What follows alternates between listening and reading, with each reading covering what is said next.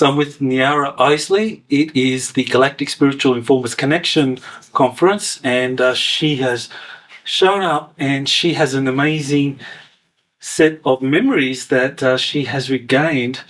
And I want to welcome you first, Niara, to Exopolitics Today. Thank you. Now, I mean, we have done one interview before, and I think that was a couple of years ago. So there's probably a lot of people that don't know your story. So maybe in a kind of nutshell, if you can summarize, what you've said in the past and what we covered.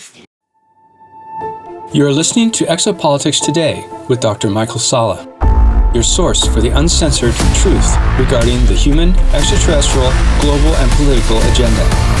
Click the like button and subscribe to this channel. And now, here's Dr. Michael Sala.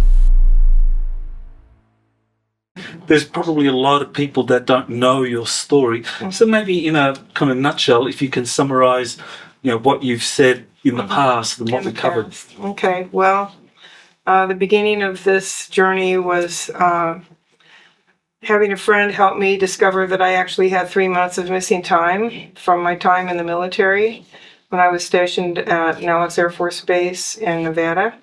And I worked up at Tonopah Electronic Warfare Range as a radar operator doing surface-to-air missile and anti-aircraft artillery radar, training pilots to fly against the radar so that they could use electronic countermeasures to break the radar lock and get away and not get shot down. So that was the day job. But what happened to me out there happened in the middle of the night, and I got taken out of my motel room in the middle of the night at gunpoint. I was taken out to the radar range to the radar, the type of radar I worked on, and they said, "We're going to have you see if you can track these special aircraft." They didn't say what the special aircraft were, and so we tried to track them. We could get them on the scope. We could see them on the scope. But as soon as we put any kind of tracking on them, they would literally disappear off the scope. They were moving that fast. And so this went on for, probably not that long, maybe half an hour, if that. And they obviously couldn't be tracked. So then they sent me and the other two people on the radar crew outside to wait while they stood inside the radar van and talked it over about the results of the test. They seemed very happy about the results. So I guess they wanted that to happen, that they couldn't be tracked. And I was standing outside with two people, and honestly, I don't remember who they were. We were threatened at gunpoint not to speak to each other outside of what was necessary to run the test. And we were given fatigues to wear out there with no rank insignia, no name tags, no patches or identifying marks of any kind. So I didn't know their names, they didn't know my names. What I was focused on out there was a large saucer-shaped craft that was kind of sitting in the sky out beyond the radar antenna, which was basically kind of a dish, that could go around. And it was glowing orange on the bottom. There was a hum coming from it like speakers at a rock concert when they're on, but no music is coming through. So it was kind of like making the hair stand up on my arms and my neck. And I was scared to death because I only had a secret security clearance. And what I was seeing had to be classified much higher, top secret or above top secret. Then when they were done discussing the test in the radar van, they put us on a bus and took us to what I think may have been Area 51. There I was injected with an experimental chemical in the right side of the neck, and it immediately put me into shock. And then I was taken down a long flight of stairs, thrown in this room, and I went through the effects of the injection in that room. And, I'm not going to go into a lot of detail here because we want to move on to the other things. But, basically I was worked over with other drugs and rape. At one point, probably happened multiple times over this 3-month time period. I was raped while being strangled by the rapist until I slowly lost consciousness. So that was actually really terrifying because I never knew if I was going to wake up again. So this is just some of the abuse that I went through during that time. I've also have positive ET connections, definitely a starseed, and I won't go into that at length right now, but I do believe that when the military got wind of the idea of the fact that I was a Lyran starseed, they took me back to Earth, wiped my memory, and got me out of the program el pronto quick, because I think there must be some kind of agreement between the Lyrans and the governments of Earth that they are not to mess with Lyran people, even if we have incarnated as human. And this may sound really far-fetched, but I've come to really feel this is true. I incarnated here as a Lyran human, Lyran incarnated as human, specifically so that my people could find out what the heck goes on with human beings down here on Earth. What is indoctrination? How does it happen? What causes people to become so mind-controlled through indoctrination that they don't question enough? And so I was here to gather that information and transmit that by going to the Lyran ship. And, I would go into a glass tube and they would turn something on a holographic console, and sound and light waves would start going in the glass tube. And then all my memories of Earth and all the things I experienced on Earth would be uploaded into the computer systems of the Lyran mothership. And then any one of my Lyran people could go to that console and study that record and try to make sense of, what happens to humanity down here. Right, so you were serving in the US Air Force, and that was, as I recall, from 1981 to 84? No, that was much earlier. I went in 79, and I was in until 83 on paper. Mm-hmm. And it was January of 1980 when these strange memories of testing the radar on a UFO and the injection and some of the other things came forward. Well, I remember from our last interview, and you've explained before, that it was at the end of that 3-month period of abuse that one of the extraterrestrials recognized you as a Lyran starseed. Yes. And said that this should stop. So that's when the abuse stopped. That's when the abuse stopped, and this Lyran, this ET that recognized me as Lyran from my aura, because everything's in the auric field. He said, she is Lyran. She may be in a human body, but she's Lyran, and everything you're doing to her gets reported back to her people. And that was when it seemed like I just got out of the whole thing. And I found this out during a session with Mary Rodwell of Australia. She did a session with me because she wanted to look at my positive contacts. She says, Niara, you have enough dark stuff to look at. Let's see what's in there that's of the light. Right. So that was wonderful of her to do that. Yes, that is. And interestingly enough, this really segues into the things we want to talk about today, because during that session with Mary Rodwell, the Lyran commander took me kind of astral traveling through the solar system. And the first place we went was flying over Mars together in the astral body. And he showed me that there's a human archeological dig going on in the Cydonia area where the face and the pyramids are. And human beings are there actually doing an archeological dig on Mars. And I thought that was fascinating. I didn't put it together that I had anything to do with that until just recently. But I thought it was fascinating. He showed me that there were above-ground bases there and that there were underground bases there. And the levels of security on Mars were very similar to the levels of security here and the levels of secrecy. So, just there's things that are kept from the Martian population and from the people living and working on Mars in the deeper underground places of the base. And there are multiple bases on Mars that are human. There was like the main complex that I came into, and then there was the complex out at the Cydonia archaeological dig. So anyway, that's really interesting, and that will go into my writings that I'm doing about these experiences that are coming out. Right, and I know you have one book, Out of the Shadows into the Light. It's called Facing the Shadow, Embracing the Light, The Journey of Spirit Retrieval and Awakening. And it's had a lot of sales, not as many as I'd like, but a lot of sales and a lot of really good reviews. Great, so people can get the story of Yes. what happened to you in that Yeah. in that 3-month period of abuse, and the personal journey of healing and recovery that you went through. Well, I never planned to write a book in the beginning. I thought, well, I just want to go public and let people know the kind of stuff that goes on. But a lot of people, not like you, they really seized on the story and they blew it up and it sensationalized it, and it just got so over dramatized, woman taken to the moon and raped by this, and it was just, and it's just not who I am, that kind of sensationalism. It's just not who I am. So I thought I better write a book and say it my way. So that's what I did. But it's quite a comprehensive book. It's 530 pages, because I make some extraordinary claims in those books, or my book.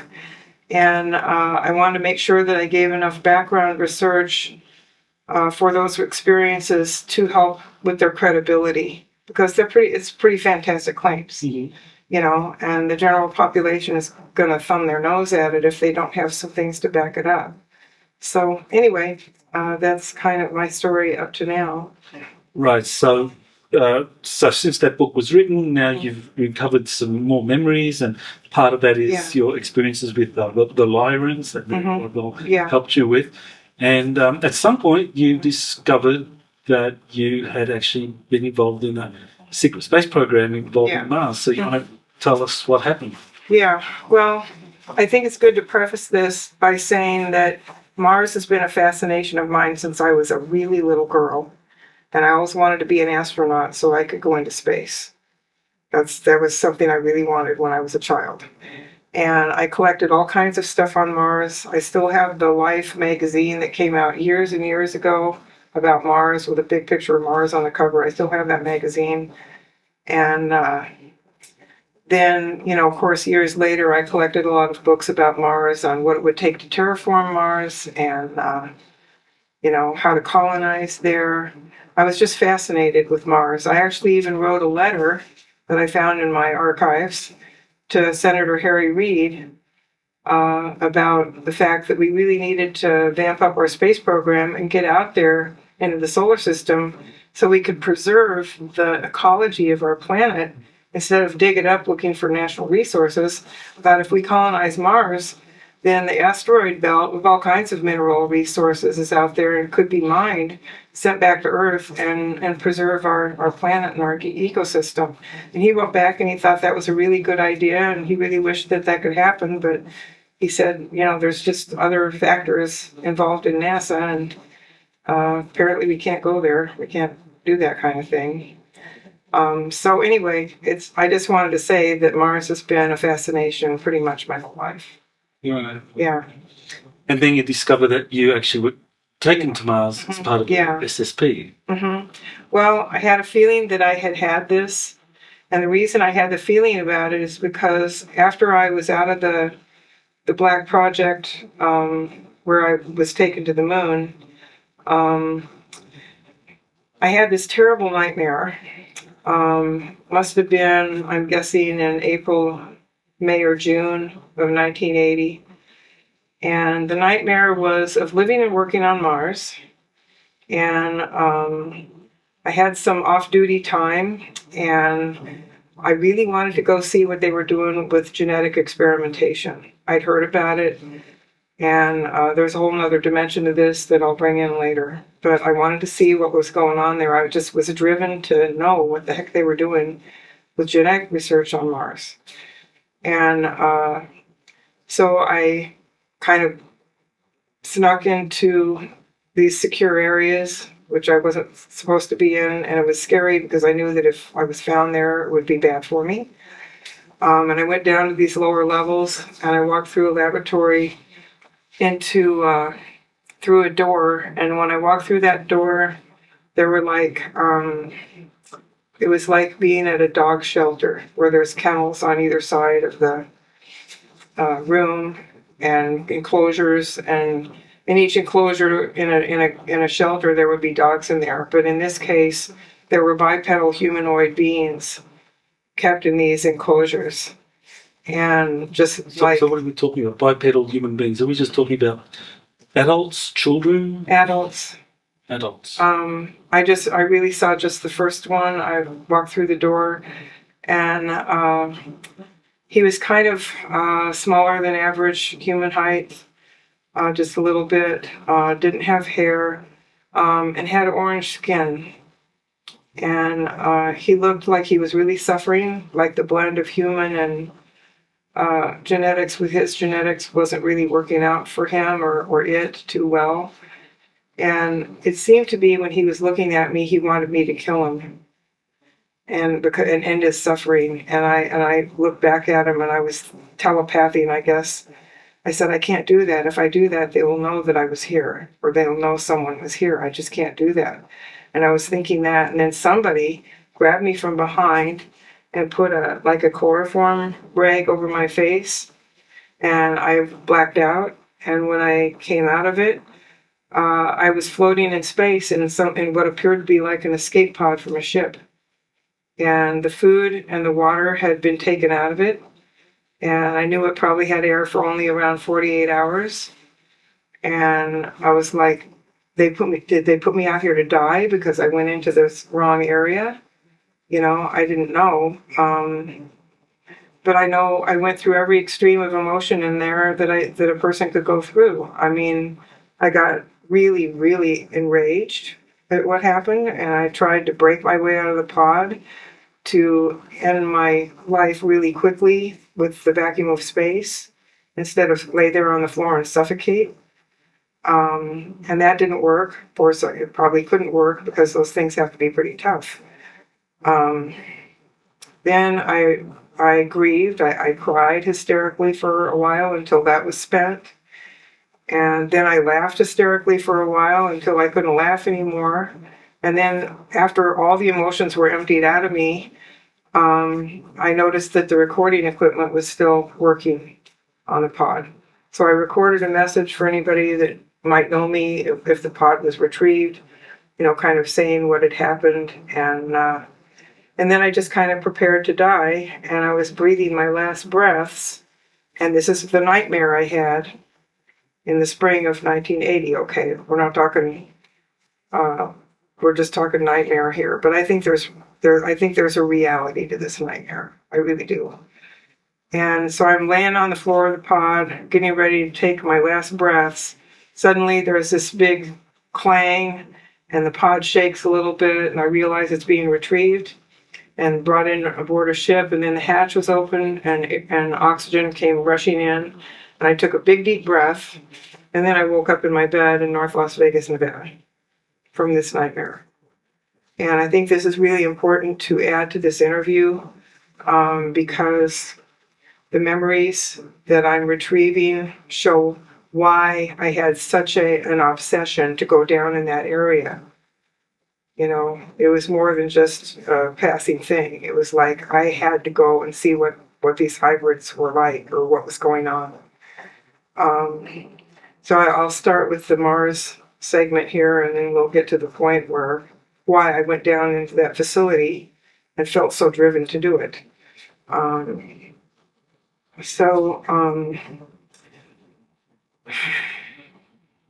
So I started looking at the memory retrieval, and I said, I want to start at the beginning.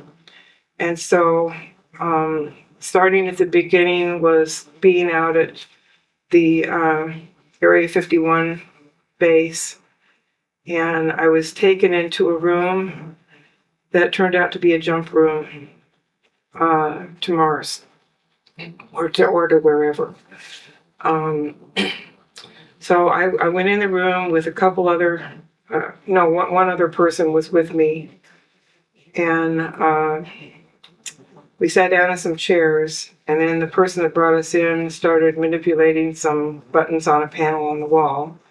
Then the lights in the room went out, and it was dark.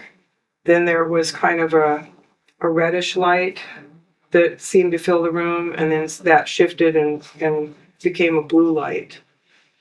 And then after a little bit, the lights came on normally again.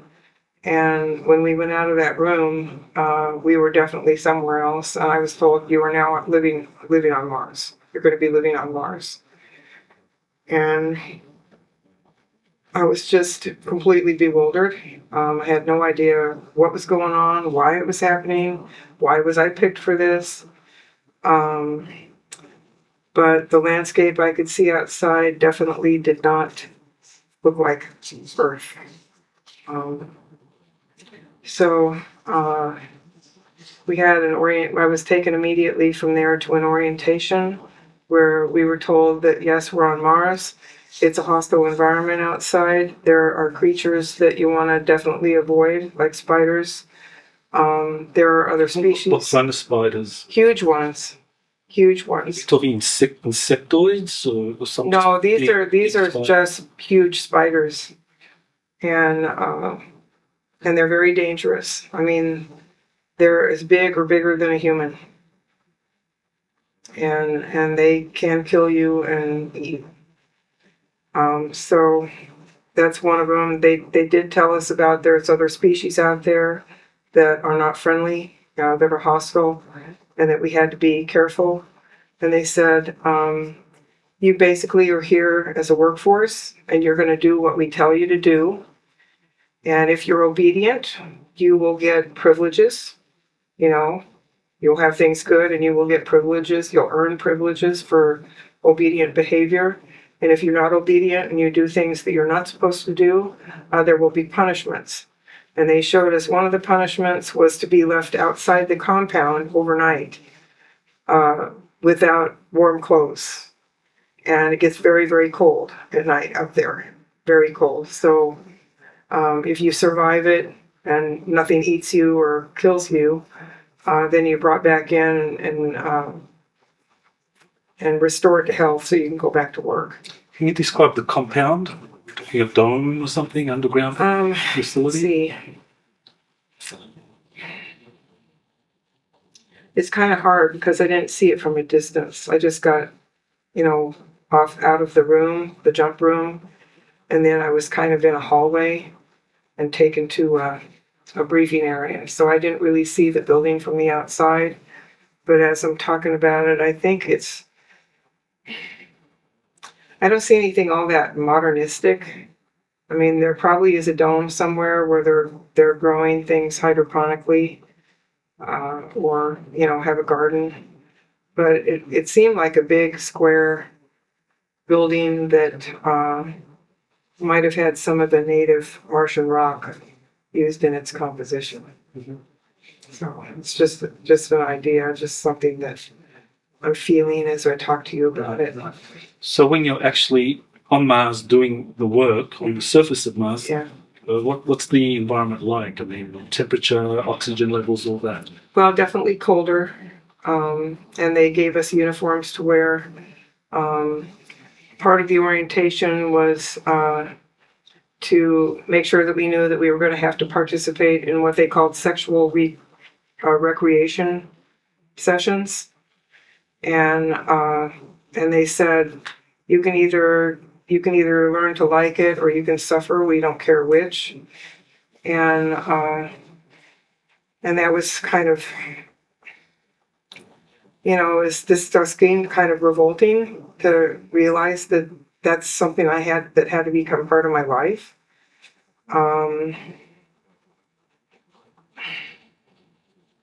It's really like most rapes are not about sex. It's not about sex. It's about continually exerting control over the captive people that you have captive. To just continually impress upon them on a weekly basis that you are a captured human and you're going to do exactly what we tell you.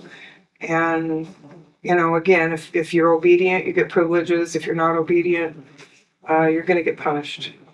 And so they had these sexual pleasure Mm-hmm. facilities or areas. So Were the men that were going there, were they soldiers? Were they officials? Were they corporate workers or something? They could be. It seemed like most of the people that were there were captives of one form or another. And most everybody had to participate in those sessions. So there were like professional people that were really intelligent and college educated, but they were there for a specific purpose, and they also were there as captives. It seemed like most of the people that I ran into were captives like myself. Basically slave labor, whether they were highly professional and highly educated, or whether they were just there to do labor. And probably everybody got to do labor from time to time. And my assignment was, which happened very quickly after my first orientation, was to go to the Cydonia base complex at the Cydonia area where the face and the pyramids are on Mars. And so I was taken pretty quickly. I think the next day I was taken out in a, like an all-terrain vehicle type of thing, and taken to that Cydonia facility. And then I got another orientation there, and I got a little bag of archeological tools because I was going to be working on the dig.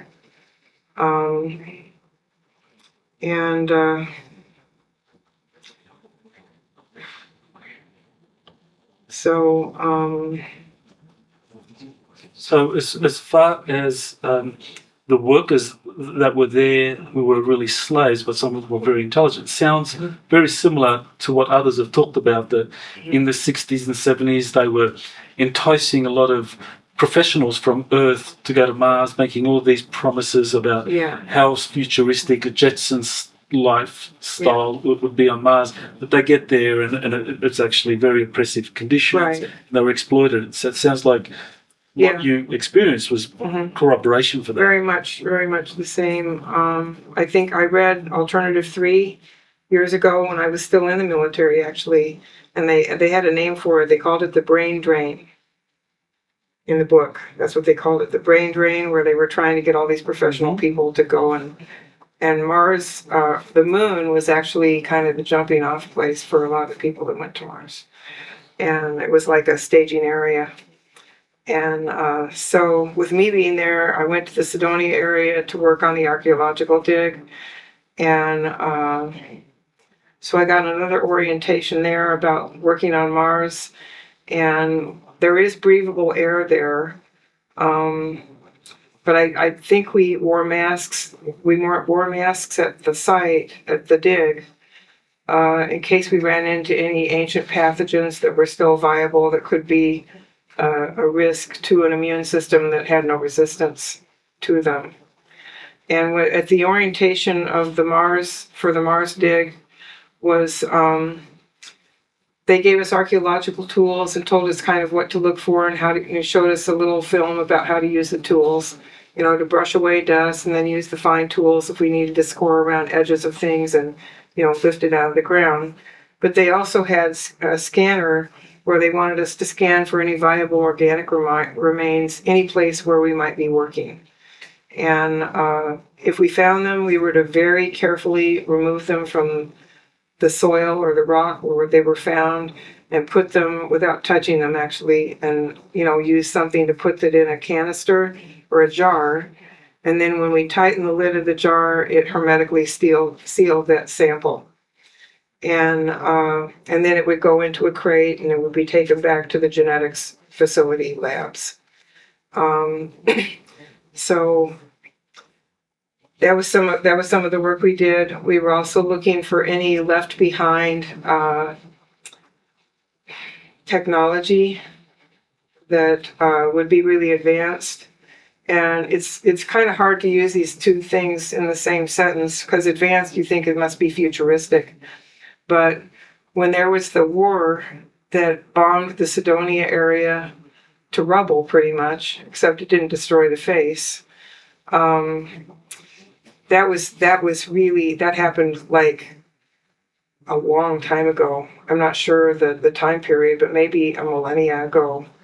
And I believe that that's why we have an asteroid belt, is because the planet Marduk was blasted into fragments and became the asteroid belt. So anyway, Cydonia was pretty much blasted, and any structures that were left were pretty rudimentary. And so we were doing these scans, and so once I got the orientation, the next morning I was taken out to the Mars dig, and I remember the drive out there, kind of going over the Martian terrain, and again, they had a lot of all-terrain type vehicles. And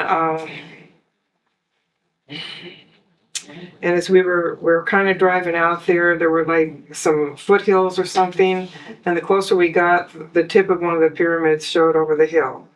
And that was my first glimpse of one of the pyramids out of the Cydonia area. And then we came over the hill, and there was the face over in this direction, and the pyramid I had seen was here. And I looked at it, and I thought to myself, this would be my dream job, because I've always been interested in history and prehistory and paleontology. I've been interested in that my whole life. Had all kinds of books on it when I was just a little kid. I was a weirdo little kid, but so I thought this would be so cool if I wasn't a captive, But I went ahead. They took me to a thing where there was still a partially constructed room, and it was open on one side from a blast. And then I went in there, and there was kind of some shade, and that's where I was supposed to work for the day. So I did my work for the day. I didn't find anything special that day, but that was my first day working at the dig. And do you know who was in charge of the digs? Were the individuals or yeah, there were corporations individuals that you remember? I don't remember individuals or corporations. I just remember, when you're a captive, you're not important enough to be told these things, and the less you're told, the better, is how they look at it. The less they tell you, the better. They want to keep you in the dark and feed you BS, How many people are we talking about? Out at the dig? Wow. Maybe a couple dozen. I see. Maybe a couple dozen people. And all assigned to different areas.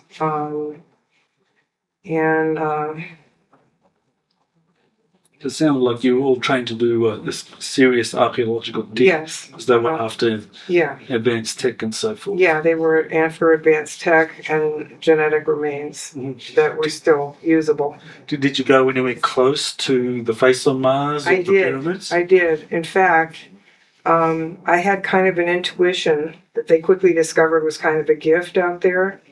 My intuition would guide me to things.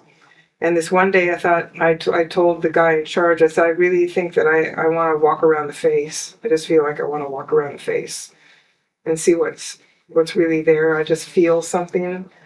He said, okay, go for it. And he assigned me a guard with a gun to watch over me while I did this. And so I walked around, taking my time. I circumvented the entire circumference of the face.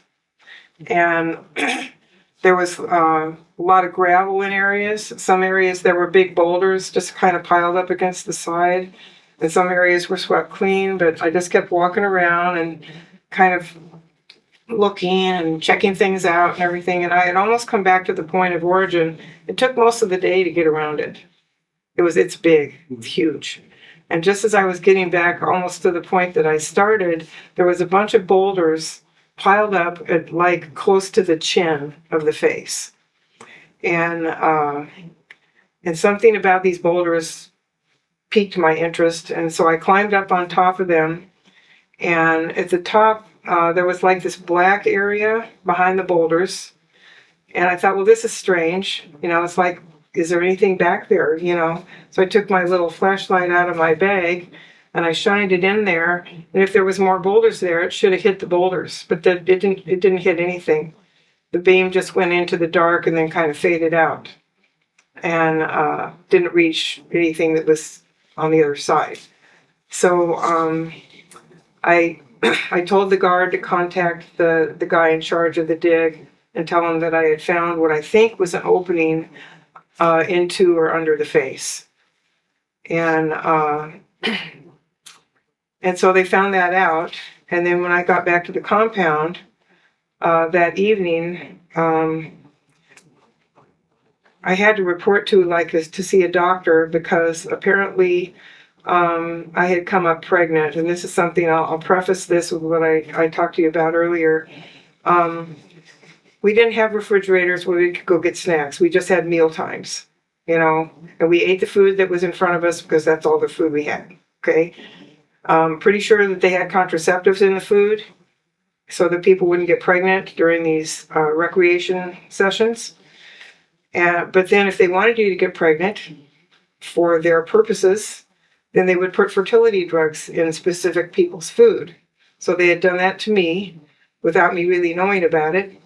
And I had come up pregnant, so I had to go see some kind of medical guy because I guess I did a test and I came up pregnant. And so as soon as I was in my, getting towards the end of the first trimester of this pregnancy, they had me go to a lab. They took the human fetus out and put a hybrid fetus into my womb.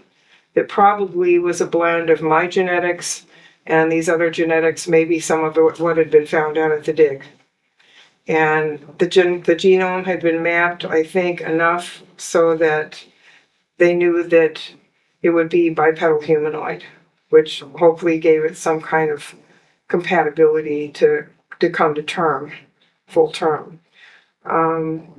Now, from what I understand, a lot of women that were used in this way, including me, lots of times a spontaneous miscarriage would happen because it just wasn't, the blend wasn't happening and it just wasn't meant to be. And so there would be a spontaneous miscarriage. But sometimes they did come to term. And this particular gestation, I'm not going to call it a pregnancy, this gestation came nearly to term, but what their standard operating procedure was to take the baby or whatever out of you just before you would normally deliver it the regular way, and then they take it off to a lab and study it, and I never even got to see it. I never even got to see what it was they took out of me. They just took it out of me, and then they put me into a med bed to clear the effects of the pregnancy and kind of, just heal everything up. And then pretty much within 24 hours, I was to be back out working on the dig. Can you describe the medbed? And even if you knew anything about how it operated? Let's see. Well, I just knew that it healed everything. Like if you got hurt out at the dig, you would get a little medbed time to heal the injury. In this case, they wanted to return my body to its pre-pregnancy or pre-gestation state. And they didn't want me to, have to have the physical repercussions of the pregnancy. And as far as what it looked like, it was very much, as I've seen online in some of the pictures, it's kind of like a bubble. You go into it, you get completely scanned, and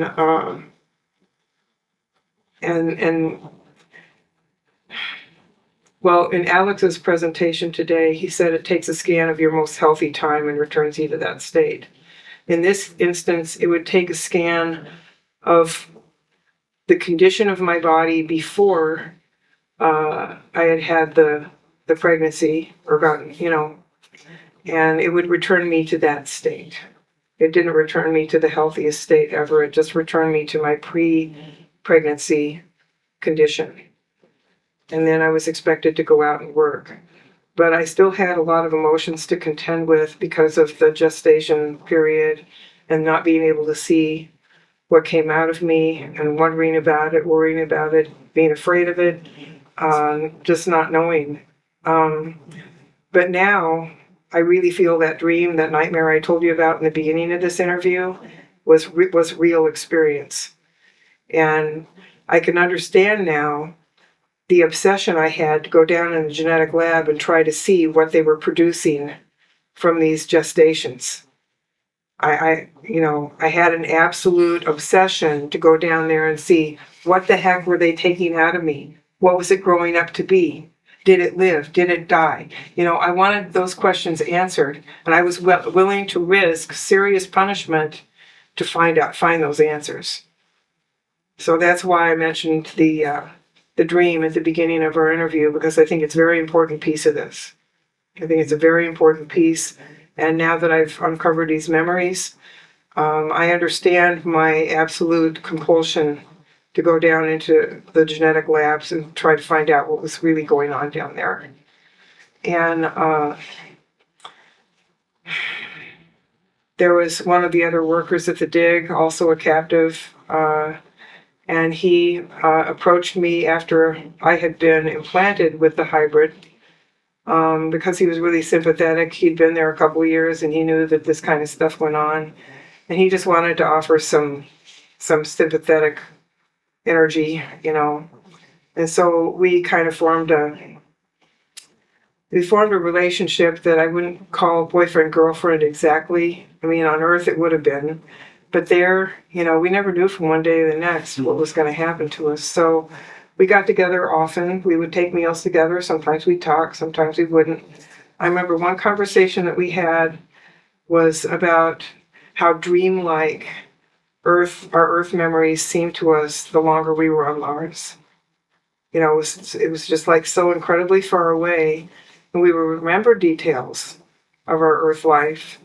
But the longer we were on Mars, the more dreamlike it seemed and far away. And it was almost like we talked about our Earth memories just to keep in touch with them. So they didn't just kind of dissolve into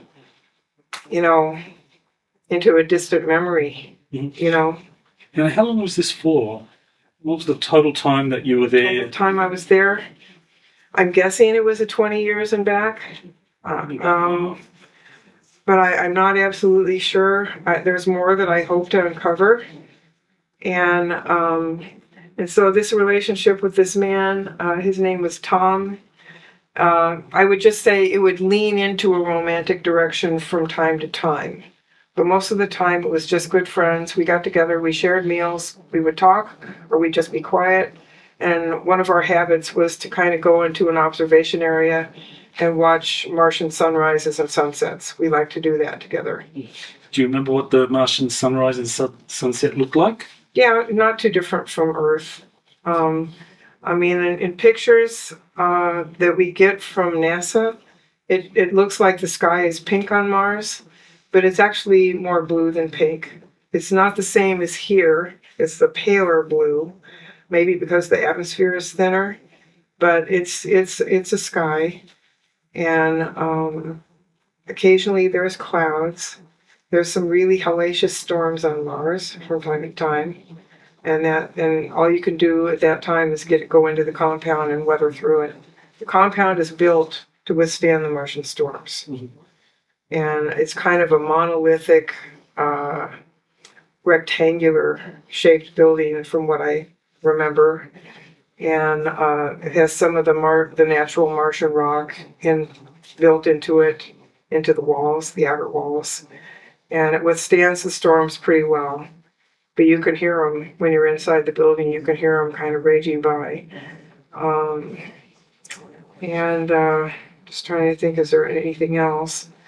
I'm hoping to go into more memories to find out what happened. One of the things I do remember is when I was able to go back out to the dig, the area where I found the opening under the face had all the boulders that had been obscuring that had been kind of piled up on either side to kind of make like an entryway into that space below the face or inside the face.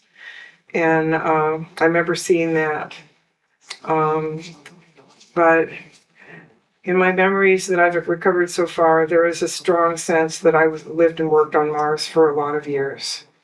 for quite a few years. Okay, so that the archaeological digs, there may have been other things that you did, but that's something. That's what I want to investigate, because this is really an important thing to say too. My sense of living and working on Mars is that I'm going to call it kind of a Stockholm Syndrome kind of takes over. And the bad guys, the people that you look at as the bad guys that carry the guns and kind of have control over you, after a while they start to look more like protectors to protect you from the other elements on Mars that are dangerous to humans. And as far as the captive population, we were a very close-knit group in most cases. I mean, there were some outcasts or some loners that kind of didn't go in with everybody else, but we really watched out for each other. And we watched each other's back. We were protective of each other. We were always looking out for each other, like I said, with the exception of a very few people that for some reason just had to go their own way. But so it was really, there was quite a sense of community. And I think that's just kind of inimical to humans, that when they're all together in a place, especially if they're a particular group in a particular area, and there's this outside hostile environment that has extreme weather, and species out there that can be dangerous, we watched out for each other. You know, we were really a close-knit group, and we watched out for each other. So how did it all come to an end? That's still yet to be determined. I still have more memories that I want to get back. I'm hoping to at least get the gist of the entire lifetime I spent there, the entire 20 years or however many, maybe it was 15, I don't know. But I want to kind of get it from beginning to end. And I have questions too. Like, did I move on from working at the dig and get some other kind of work? You know, did I become a soldier? You know, I mean, that being a warrior is certainly part of my archetypal makeup in this lifetime. So I have questions, and I'm going to be looking further and seeing what comes out. And I'll certainly keep in touch with you about what I discover. Yeah, that would be great. And just kind of like one final question. In terms of, I mean, so this is like a third set of experiences involving extraterrestrials or off-planet experiences. I mean, first you had the moon and Area 51. Then you had these expeditions or experiences with Lyrans, helping you remember who you truly are. Yeah. And so I'm just a little puzzled, or I don't know how you got from that second set of experiences where you're with the Lyrans and they're helping activate you and telling you your mission, unless the mission was to like go through another set of experiences where you were again in the role of just being a watcher, a recorder. Yeah. Well, I was a watcher and recorder of all the things I was living through the whole time. I don't know that I have a lot of contact with the Lyrans these days. But I may, and just not remember the dream sequence of it. But I think I was reporting back, because the core of what really bothers me about all my experiences and other things that I see from other people is the level of secrecy around it. You know, whistleblowers like myself, secret space program survivors like myself, We're a population apart from the normal population of Earth. Why? Because all these programs, these black op projects or gray op projects, they're kept from the public's view through a curtain of secrecy. There's secrecy all around it. National Security Act of 1947 instituted that secrecy, and it gives people a lot of power. It's like HARP and chemtrails, and how I've come to believe these two things work together to create catastrophic geological or meteorological events. To the normal human, a hurricane is just a hurricane. or a volcano erupting or an earthquake happening. It's just a catastrophic geological event. But when you know that HARP and the energies of HARP, the scalar energies of HARP, can be focused in a particular place, and there's a triangulation that happens to focus it at that place. And when I used to watch the HARP, not the HARP, but I used to watch chemtrails laid in the sky, and they would form a grid, I would look at it and I think, gosh, that looks an awful lot like the HARP array in Alaska in the sky. And I came to really feel this, and I could be wrong, but I really strongly feel that chemtrails, when they lay down a grid like that, they become the third mobile HARP site to triangulate a particular area to focus a geological or a meteorological event over that area. And then if you keep secrets about weaponized DEWs, directed energy weapons or laser weapons or things like that, if the general public doesn't know that it's there, then they can get away with doing what they did to Maui or to Paradise, California, destroying it with directed energy weapons, which burn the houses but not the trees around it. And they invented a term for that. They called it an urban conflagration. Like, what the heck does that mean? People don't question it. You know why? Because for the last 50 years in this country, people have been so dumbed down, they don't know anything. They don't even have the mental capacity to question, except those of us that have cared about our education and kept our education up. So secrecy really is at the core of why secret space program survivors are a group that stands outside of society and doesn't have wide acceptance of their experiences, because everything's been encapsulated and compartmentalized and kept secret. And that secrecy gives the people that are keeping the secrets way too much power. And they are abusing it. They're destroying things with DEWs and making it look like it was trying to name it that it was just a natural phenomenon. And quite frankly, I'm just really sick of the secrecy. And people are vulnerable, and I really hope that it comes to an end soon. I really hope it does, because atrocious things are happening because of secrecy. Human and child trafficking has been kept secret for a long time. That's finally coming out. But that is horrendous. And I know what it is, because what happened to me, being transported different places and used for sex, that's human trafficking. And it is atrocious. It is horrific. And I have paid the price of being used in that way. And it has taken years and years and years to heal, and finally come to a place where I could open my mind just a little bit to the possibility that maybe I could find a loving relationship of my own. Well, I know it's been a very difficult journey, and you've shown tremendous courage in facing these memories and getting to the truth. I mean, I know how difficult that is for a lot of people. It is. They won't go there. It's rough. But, I care. I care deeply about humanity. And I feel like if the scales could just fall from their eyes and they could see all the things that have been kept from them, it would just make the planet transform for the better. I mean, I look at humanity and I see what could be.